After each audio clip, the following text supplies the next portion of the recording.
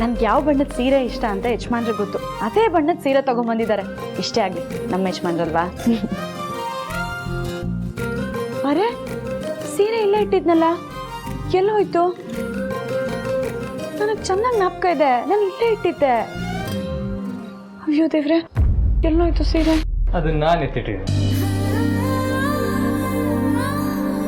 ನೀವಾ? ಅಲ್ಲ ಯಜಮಾನ್ರೆ, ಮೇಲ್ಗಡೆ ತಯಾರಿ ಮಾಡೋದ್ ಬಿಟ್ಟು ಇಲ್ಲಿ ಏನ್ ಮಾಡ್ತಾ ಇದ್ದೀರಾ ನೀವು? ನೀನ್ ಬರ್ತೀಯ ಅಂತ ಗೊತ್ತಿತ್ತು, ಅದಕ್ಕೆ ನಿನ್ಗೋಸ್ಕರ ಕಾಯ್ತಾ ಇದ್ದೆ. ಅಂದ್ರೆ ನಾನು ಸೀರೆ ಬದಲಾಯಿಸ್ಕೊಳ್ಳೋದಿಕ್ ಬರ್ತೀನಿ ಅಂತ ನಿಮಗೆ ಮೊದಲೇ ಗೊತ್ತಿತ್ತಾ? ಬರ್ತಾ ಬರ್ತಾ ಪೋಲಿ ಆಗ್ತಾ ಇದ್ದೀರಾ ಯಜಮಾನ್ರೆ ನೀವು. ಈಗ ಸೀರೆ ಎಲ್ಲಿಟ್ಟಿದ್ದೀರಾ ಅಂತ ಹೇಳಿ, ನಾನು ಬೇಗ ತಯಾರಾಗಬೇಕು. ಹೇಳಲ್ಲ. ಯಾಕೆ? ನನ್ನ ಮುದ್ದು ಹೆಂಡತಿಗೆ ಇವತ್ತು ನಾನೇ ಸೀರೆ ಉಡಿಸ್ಬೇಕು ಅಂತ ಅನ್ಕೊಂಡಿದ್ದೀನಿ. ನೀವು ಸೀರೆ ಉಡಿಸ್ತೀರಾ? ಬೇಡ ಬೇಡ ಯಜಮಾನ್ರೆ. ಏನೇ ಬೇಕು ಬೇಡ ಅಂತ ಅಂದ್ರು ನಾನು ಮಾತ್ರ ನಿನಗೆ ಸೀರೆ ಉಡಿಸ್ತೇ ಬಿಡಲ್ಲ. ಅದೇನಾಗುತ್ತೋ ಆಗಲಿ. ಯಜಮಾನ್ರೆ, ನೀವೇನೋ ತಯಾರಾಗಿದ್ದೀರಾ, ನಾನು ಇನ್ನೂ ತಯಾರಾಗಿಲ್ಲ. ಹೊತ್ತಾಗ್ತಿದೆ, ಬೇಗ ಕೊಡಿ ಯಜಮಾನ್ರೆ. ಇವಾಗ ಏನು ಮಾತಾಡಿದೆ, ನಾನು ಹೇಳ್ದಾಗ ಕೇಳು, ನೀನು ಸೀರೆ ಕೊಡ್ತೀನಿ. ಅಯ್ಯೋ ಯಜಮಾನ್ರೆ, ನಾನು ತಡ ಆಗುತ್ತೆ ಅಂತ ಹೇಳ್ತಾನೆ ಇದ್ದೀನಿ. ಇವಾಗ ಸೀರೆ ಬೇಕೋ ಬೇಡವೋ? ಬೇಕು. ಹಾಗಾದ್ರೆ ಕಣ್ಮುಚ್ಚು.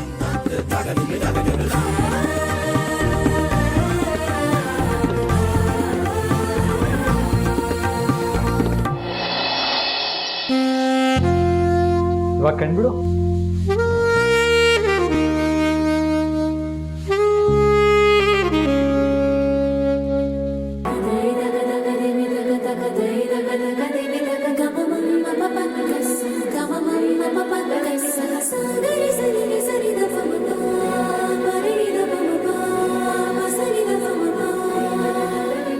ಪರವಾಗಿಲ್ಲ ಯಜಮಾನ್ರೆ, ಸೀರೆ ಚೆನ್ನಾಗೇ ಉಡ್ಸಿದ್ದೀರಾ. ನಾನು ಎಷ್ಟೇ ಚೆನ್ನಾಗಿ ಉಡ್ಸಿದ್ರು ಅಂದವಾಗಿರೋ ನೀನು ಈ ಸೀರೆನ ಉಟ್ಕೊಂಡಿರೋದಕ್ಕೆ ಈ ಸೀರೆ ಚೆನ್ನಾಗಿ ಕಾಣಿಸ್ತಾ ಇರೋದು.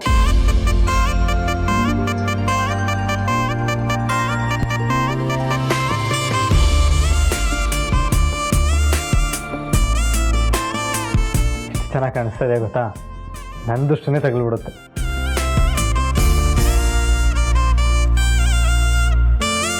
ನೆನ್ನೆಯಿಂದ ಸತಾಯಿಸ್ತಾನೇ ಇದೆಯಾ? ನಾನು ಕೇಳಿದ್ದು ಈಗಲಾದರೂ ಸಿಗ್ಬೋದಾ? ಸಾರು, ಏನು ಸಿಗಮ್ಮ? ಇಬ್ರು ಬೇಗ ಬನ್ನಿ. ಯಾಕೆ ಸಿಕ್ಕತ್ತೆ? ಅಯ್ಯೋ, ನಾನು ಹೇಳ್ತೀನಿ, ಬೇಗ ಬರ್ರಪ್ಪ. ಹಾ, ಬರ್ತೀವಿ. ಬನ್ನಿ ಯಜಮಾನ್ರೆ.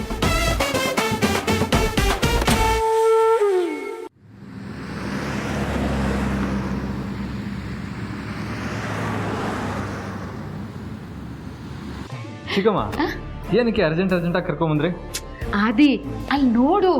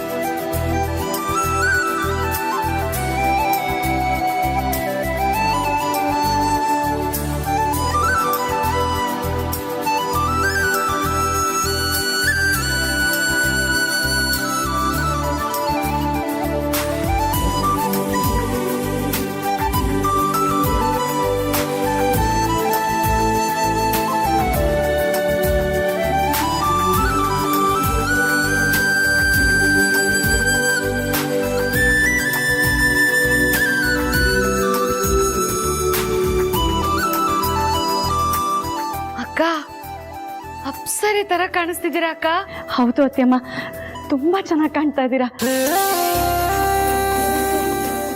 ಥ್ಯಾಂಕ್ ಯು ಮಾ. ಇದಕ್ಕೆಲ್ಲ ಕಾರಣ ನನ್ನ ಮಗ, ನಮ್ಮ ಮಗ. ನನ್ನ ಮಗ ಆದಿ ಪ್ರೀತಿಯಿಂದ ತಂದ್ಕೊಟ್ಟಿರೋ ಸೀರೆ ಉಟ್ಕೊಂಡಿರೋದ್ರಿಂದಾನೆ ನಾನು ನೀವೆಲ್ಲ ಹೇಳೋ ಥರ ಚೆನ್ನಾಗಿ ಕಾಣಿಸ್ತಾ ಇರೋದು. ಕೆಲವು ಸಲ ನಮ್ಮ ಸೌಂದರ್ಯಕ್ಕೆ ನಾವು ಮಾತ್ರ ಕಾರಣ ಆಗಿರಲ್ಲ, ಬೇರೆಯವರು ಅವ್ರ ಪ್ರೀತಿ ಕೂಡ ಕಾರಣ ಆಗಿರುತ್ತೆ. ಅದಕ್ಕೆ ಒಂದು ಉದಾಹರಣೆ ನನ್ನ ಪ್ರೀತಿಯ ಮಗ ಆದಿ. ಆದಿ, ಸೀರೆ ಸೆಲೆಕ್ಷನ್ ಮಾತ್ರ ಸೂಪರ್ ಕಣಪ್ಪ. ಚಿಕ್ಕಮ್ಮ, ತಗೊಂಡಿದ್ದು ಮಾತ್ರ ನಾನು, ಆದರೆ ಅಮ್ಮಂಗೆ ಇದೇ ಸೀರೆ ಚೆನ್ನಾಗಿ ಕಾಣಿಸುತ್ತೆ ಅಂತ ಸೆಲೆಕ್ಟ್ ಮಾಡಿದ್ದು ಮಾತ್ರ ಪಾರು.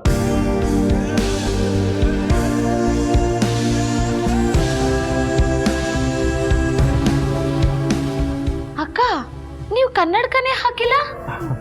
ಆದಿ, ಚಿಕ್ಕಮ್ಮ, ಇವತ್ತೊಂದಿನ ಅಮ್ಮ ಕನ್ನಡಕ ಹಾಕಬಾರ್ದು ಅಂತ ನಾನು ಅವರಿಗೆ ಲೆನ್ಸ್ ತಂದು ಕೊಟ್ಟಿದ್ದೀನಿ.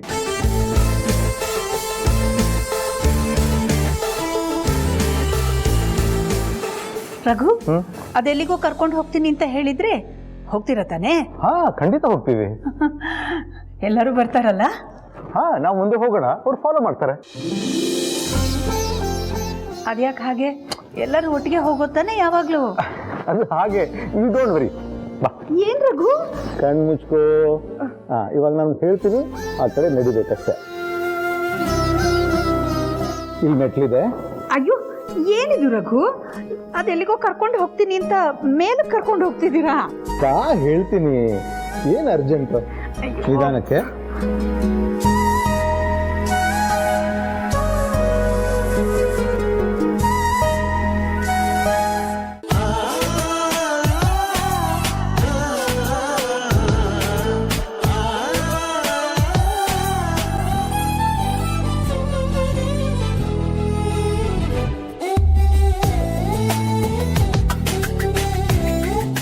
ಎಲ್ಲಿ ಕರ್ಕೊಂಡು ಬರ್ತಿದ್ದೀರಾ ರಘು? ಆಯ್ತು ಆಯ್ತು, ಬಂದ್ವಿ.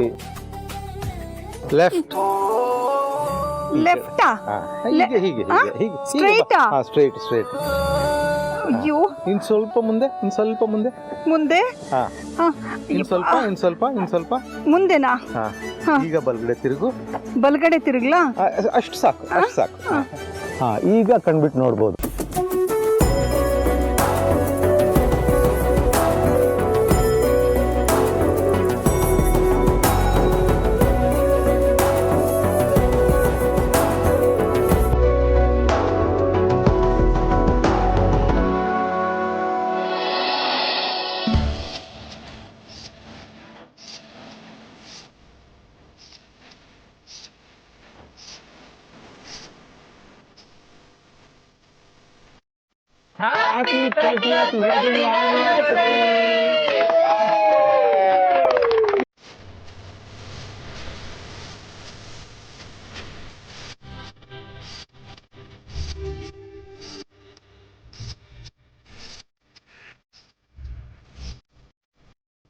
ಮೂವತ್ತನೇ ವರ್ಷದ ಮದುವೆಯ ದಿನದ ಶುಭಾಶಯಗಳು ಅತ್ತೆಮ್ಮ. Thank you, thank you so much. Akhila, ಹೇಗಿತ್ತು ಸರ್ಪ್ರೈಸ್? ಇದಕ್ಕೇನಾ ಬೆಳಗ್ಗಿನಿಂದ ಯಾರು ನನಗೆ ವಿಶ್ ಮಾಡ್ತಾ ಗೋಳಾಡ್ಸಿದ್ದು?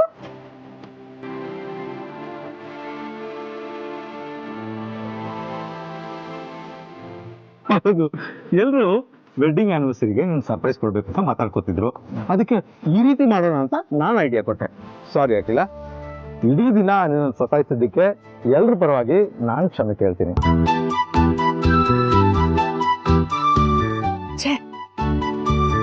ಕ್ಷಮಿಸುವಂಥ ತಪ್ಪು ಇಲ್ಲಿ ಯಾರು ಏನು ಮಾಡಿಲ್ಲ. ಆದ್ರೆ ಪ್ರತಿ ವಿಶೇಷವಾದ ಸಂದರ್ಭದಲ್ಲೂ ನನಗೆ ಶುಭಾಶಯ ತಿಳಿಸಿ ನನ್ನಿಂದ ಆಶೀರ್ವಾದ ಪಡ್ಕೋತಿದ್ದವ್ರು ಯಾರು ಏನು ಹೇಳದೆ ಇದ್ಬಿಟ್ರಲ್ಲ, ಅದಕ್ಕೆ ಬೇಜಾರಾಯ್ತು. ಯಾರು ಎಷ್ಟೇ ಏನೇ ಮರೆತರು ನನ್ನ ರಘು ನಮ್ಮ ಮದುವೆ ವಾರ್ಷಿಕೋತ್ಸವನ, ಅದರಲ್ಲೂ 30ನೇ ವರ್ಷದ ವಾರ್ಷಿಕೋತ್ಸವ ಖಂಡಿತ ಮರೆಯಲ್ಲ ಅನ್ನೋ ನಂಬಿಕೆ ನನಗಿತ್ತು. ಆದರೆ ಅವರು ಏನು ಹೇಳಲೇ ಇಲ್ಲ. ಆಗ ಮಾತ್ರ ನಿಜವಾಗ್ಲೂ ಪಿಚ್ ಅನ್ನಿಸ್ತು. ಮತ್ತೆ ಆದಿ ನೋಡಿದ್ರೆ ತನ್ಗೇನು ಗೊತ್ತೇ ಇಲ್ಲ ಅನ್ನೋ ಥರ ಹೆಂಡತಿನ ಪುಟಾಣಿನ ಕರ್ಕೊಂಡು ದೇವಸ್ಥಾನಕ್ಕೆ ಹೊರಟೋಗ್ಬಿಟ್ಟ. ಪಾರ್ವತಿನೂ ಅಷ್ಟೆ, ಅಷ್ಟು ನಿಜಾಯಿತಿ ಇರೋ ಹುಡುಗಿ ತನಗೂ ಏನು ಗೊತ್ತೇ ಇಲ್ಲ ಅನ್ನೋ ಥರ ನಾಟಕ ಮಾಡಿಬಿಟ್ಲಲ್ಲ. ಪಾರ್ವತಿ ಕತೆ ಕೇಳ್ಬೇಡ ನೀನು. ನೀನು ಗೋಳು ಹೊಯ್ಕೊಳ್ಳೋದು ಅವ್ಳಿಗೆ ಇಷ್ಟನೇ ಇರಲಿಲ್ಲ. ಅದರಲ್ಲೂ ನೀನು ನೋವು ಸಂಕಟ ನೋಡಿದ ಮೇಲಂತೂ ಅಯ್ಯೋ ಅತ್ತೆಯಮ್ಮನ್ನ ಗೋಳು ಹೊಯ್ಕೊಳ್ಳೋದು ಬೇಡವೇ ಬೇಡ ಅಂತ ಹಠ ಹಿಡಿದ್ಲು. ನಾವೇ ಕಷ್ಟಪಟ್ಟು ಕನ್ವಿನ್ಸ್ ಮಾಡಿದ್ವಿ, ಆಮೇಲೆ ಒಪ್ಕೊಂಡ್ಲು.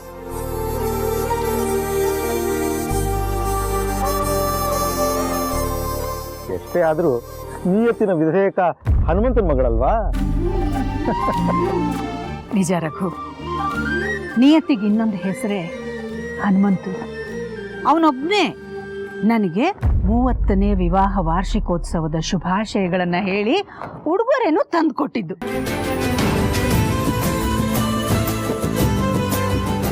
ಆದ್ರೆ ಇದೇ ಹನುಮಂತು ನೀವು ಗಿಫ್ಟ್ ಕೊಟ್ಟು ವಿಶ್ ಮಾಡಿದ್ಮೇಲೆ ನಾವ್ಯಾರು ವಿಶ್ ಮಾಡಿಲ್ಲ ಅಂತ ಗೊತ್ತಾಗಿ ಕೋಪ ಮಾಡ್ಕೊಂಡು ಪಾರ್ವತಿ ಮೇಲೆ ಕೈ ಎತ್ತು ಬಿಟ್ಟ.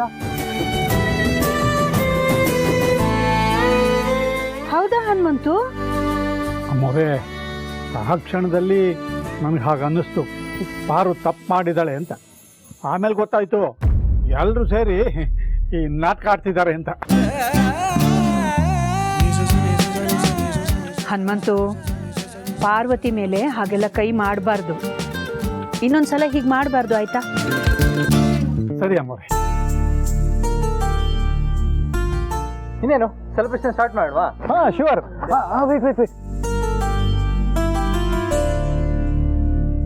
ಅದಕ್ಕೂ ಮುಂಚೆ ನಂದೊಂದು ಸಣ್ಣ ಕೆಲಸ ಇದೆ.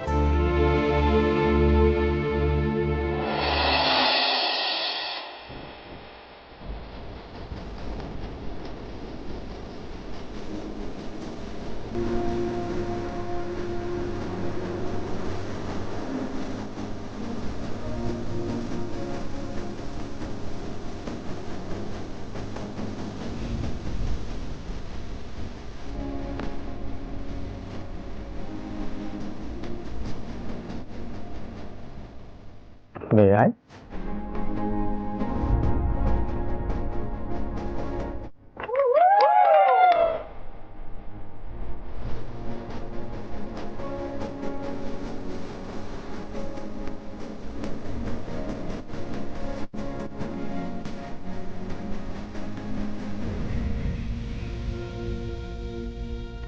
ಅಖಿಲ,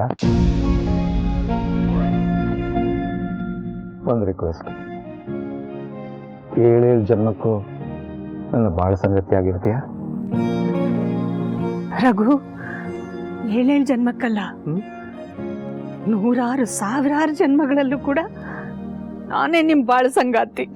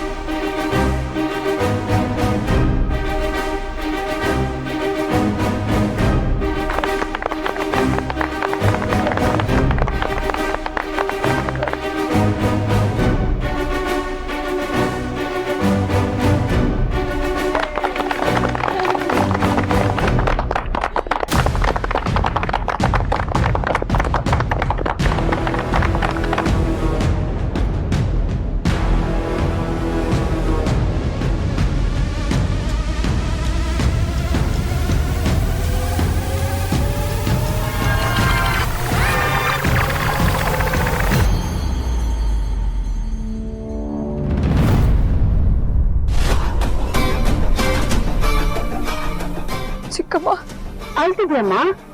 ಯಾಕಮ್ಮ, ಏನಾಯ್ತು? ಅದು ಪುಟಾಣಿ. ಪುಟಾಣಿನ?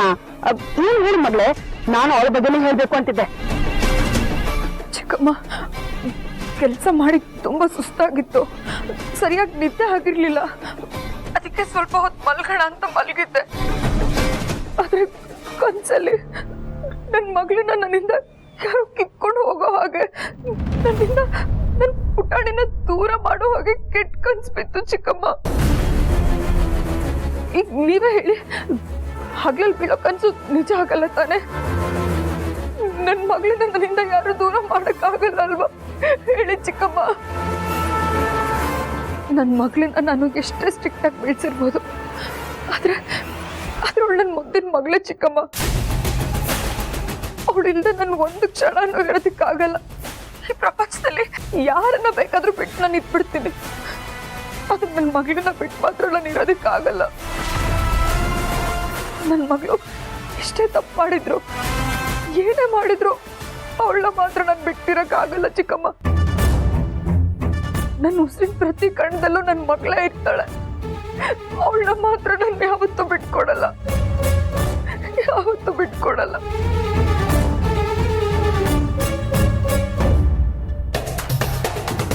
ಸರಿ, ಈಗ ಕೇಕ್ ಕಟ್ ಮಾಡೋಣವಾ? ಅಪ್ಪರೇ ಒಂದು ನಿಮಿಷ. ಬೆಳಗ್ಗೆಯಿಂದ ಅಮ್ಮವ್ರನ್ನ ಗೋಳಿಕೊಂಡ್ರಲ್ಲ ಅನ್ನೋ ಕೋಪಕ್ಕೆ ನಾನು ಇದು ನಿಮಗೆ ಕೊಟ್ಟಿರಲಿಲ್ಲ. ಈಗ ಅಮ್ಮವ್ರ ಮುಖದಲ್ಲಿ ನಗು ನೋಡಿ ಇದನ್ನು ಕೊಡಬೇಕು ಅನಿಸ್ತಿದೆ. ನನ್ನ ಕಡೆಯಿಂದ ಒಂದು ಚಿಕ್ಕ ಕಾಣಿಕೆ. Thank you Hanumanthu. ಸಂಕ್ರಾಂತಿ ಆದಾಗಿಂದ ತುಂಬಾ ಬದಲಾಗಿದೆಯಾ.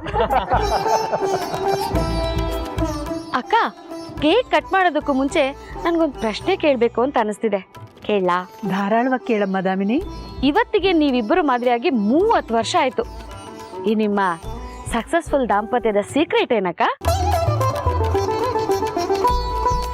ದಾಂಪತ್ಯ ಜೀವನ ಯಶಸ್ವಿ ಆಗಿರಬೇಕು ಅಂತಂದ್ರೆ ಆ ಸೀಕ್ರೆಟ್ ಅಂತ ಹೇಳಿದ್ಯಲ್ಲ, ಅದು ಇರಲೇಬಾರ್ದು ನೋಡು.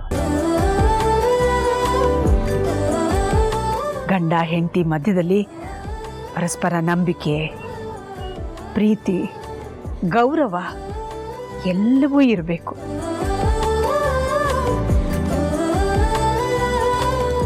ಅದು ಬಿಟ್ಟು ನಾನು ಮೇಲು ನೀನು ಕೀಳು ಅನ್ನೋವಂಥ ಭಾವನೆ ಇರಬಾರ್ದು.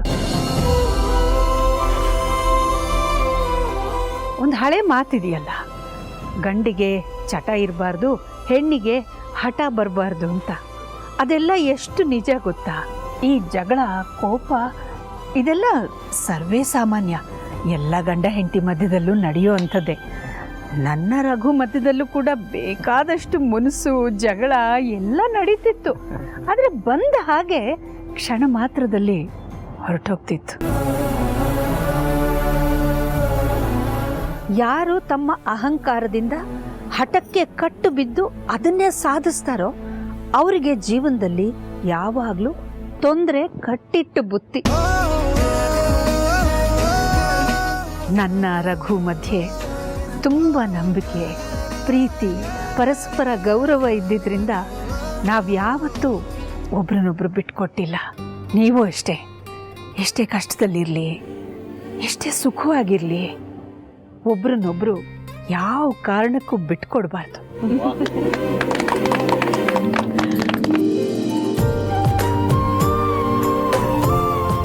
ಸೂಪರ್ ಅಕ್ಕ, ಮುತ್ತಿನಂತ ಮಾತು ಹೇಳಿದ್ರಿ. ನಿಮ್ಮ ಮಾತನ್ನ ದಂಪತಿಗಳೆಲ್ಲ ಕೇಳಿಸ್ಕೊಂಡು ಚಾಚು ತಪ್ಪದೆ ಪಾಲಿಸಿದ್ರೆ 100 ಕಾಲ ಸುಖವಾಗಿರ್ತಾರೆ. ಹಾ, ಸುಖವಾಗಿರ್ತಾರೆ ಅನ್ನೋದಕ್ಕಿಂತ ಒಟ್ಟಿಗೆ ತುಂಬಾ ಕಾಲ ಖುಷಿಯಾಗಿರ್ತಾರೆ ಅಂತ ಹೇಳ್ಬೋದು. ಸೂಪರ್ ಆಗಿ ಹೇಳಿದ್ರಿ ಅಕ್ಕ.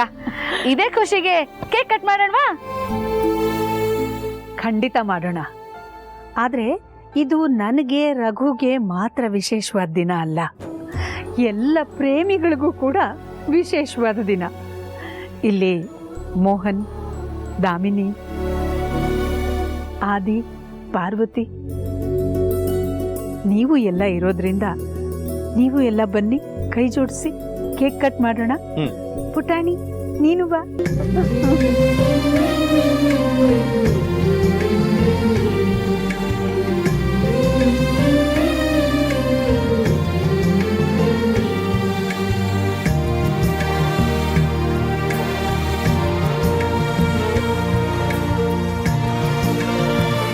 ರಘು, ಬೆಳಗ್ನಿಂದ ವಿಶ್ ಮಾಡದೆ ನನ್ನನ್ನು ಗೋಳಾಡ್ಸಿದಿರಲ್ಲ, ಅದಕ್ಕೆ ನಿಮಗೆ ಆಮೇಲೆ ಕೇಕ್ ಕೊಡ್ತೀನಿ. ಮೊದಲು ನಮ್ಮ ಪುಟಾಣಿಗೆ ಕೊಡ್ತೀನಿ.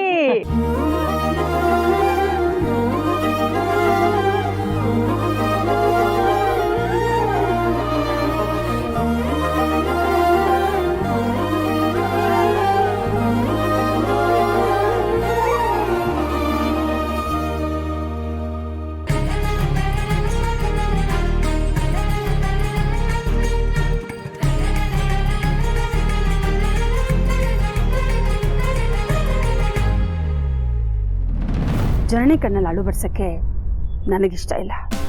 ಹಾಗೆ ಈ ಮಗು ಪಾರ್ವತಿದು ಅಂತ ಗೊತ್ತಾದರೆ ಮಗು ಅವಳ ಜೊತೆಗೆ ಇರುತ್ತೆ, ಅವಳು ಖುಷಿಯಾಗಿರ್ತಾಳೆ. ಅದು ನನಗೆ ಬೇಕಾಗಿಲ್ಲ. ಅದಕ್ಕೆ ಈ ಸತ್ಯನ ನನ್ನೊಳಗೆ ನಾನೇ ಸಮಾಧಿ ಮಾಡ್ಕೊಂಡ್ಬಿಡ್ತೀನಿ.